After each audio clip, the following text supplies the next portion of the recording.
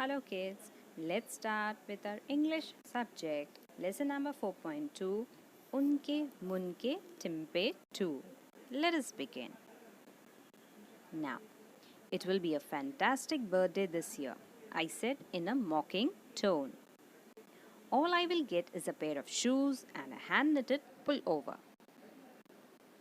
I had asked for a table tennis set, but my mother said it is totally out of the question this year. My friend Muk looked at me thoughtfully. He drew a bit closer and said, Well, Rohan, I don't say I believe in it, but my cousin said it works. And there is no harm trying, don't you think? Trying what? I asked.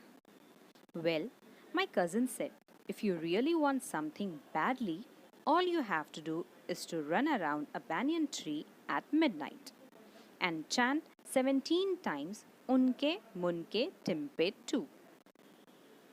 I desperately wanted my wish to come true. Still, I asked, why 17 times and why at midnight? Don't ask me, replied Muk, who was my best friend. That is how it is done, I suppose. Why not try it? It would not do any harm. I thought it was all nonsense. Besides, I couldn't think of any banyan tree in our neighborhood. There was one in old Mrs. Groover's garden. But who dared to enter her garden? Not me, and I am not at midnight. Mrs. Groover had been the principal of our school till last year. One look from her piercing pale green eyes was enough to silence bullies like Rinku Lal of class 10. I had seen it happen with my own eyes. Forget it, I said. However, the thought kept haunting me till the day before my birthday, and I just could not think of anything else. Okay, I said to Mo. If you come along with me, I'll go to Mrs. Groover's garden tonight and do it. Why should I come along? Asked Mo. I have no secret wish. Come on, let us go and wish for my table tennis set. So at 10 minutes to 12, Mook and I met all the back of old Mrs. Groover's garden. We climbed and sat on the boundary wall. We looked down into the garden, which lay dark and silent in the dim light of the moon.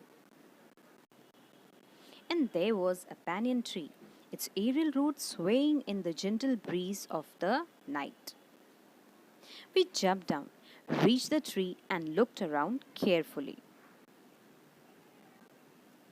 Imagine if she is awake, I whispered and pointed at Mrs. Groover's house.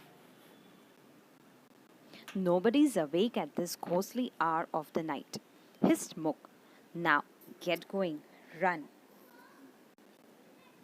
I ran. I ran as fast as I could, chanting, Unke, MunkeTimpetoo. I wish my wish is coming true over and over again. I felt a bit scared.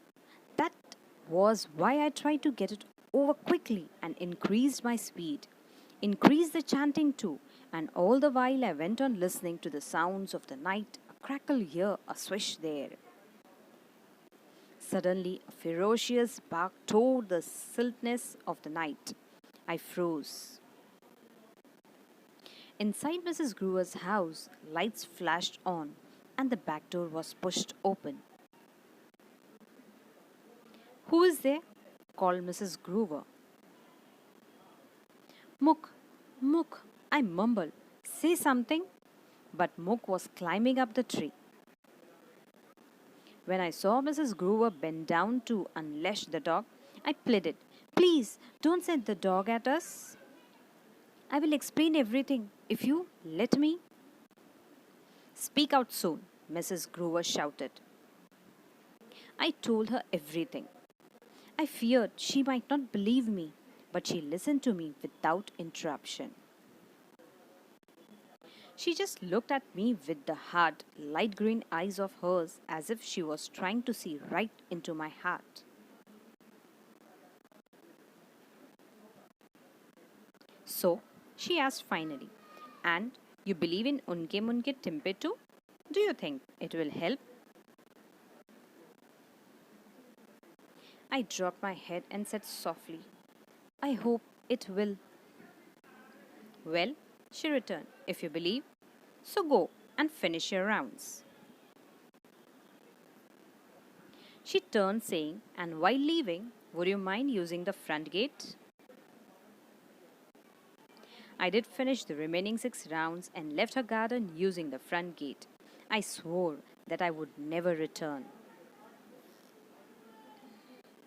And then the great moment came. I opened my gifts, rejoiced over my new pair of shoes and the hand knitted pullover. And then my eyes fell on a parcel. A big parcel. I had never received such a big parcel earlier. To Rohan Khanna, I read from Unke Timpetoo. I stared at Muk and he looked as surprised as I was.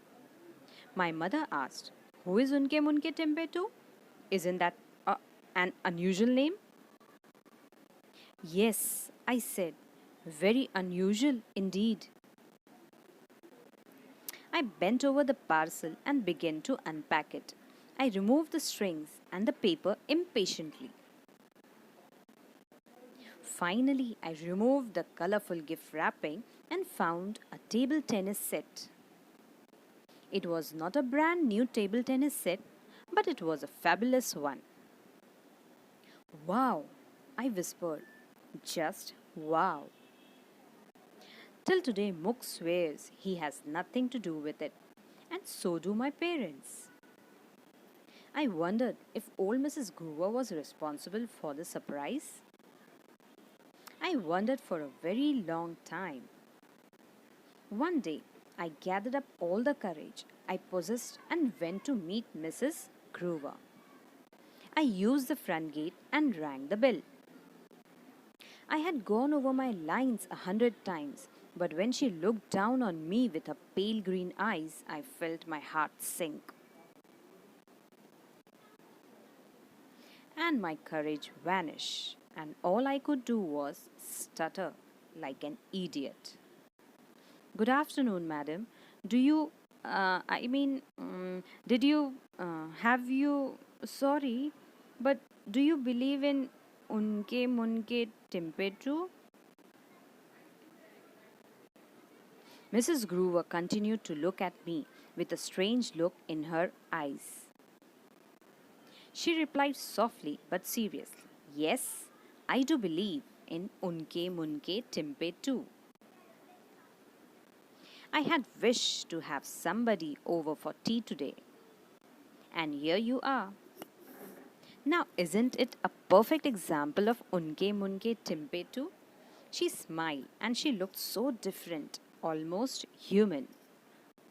From that day onwards, Mook and I went to see old Mrs. Groover quite often. Not only because she made the best tea and had the best cookies. Not we No, we went because we liked her. And then we had one thing in common. We all believed in Unke Timpetoo.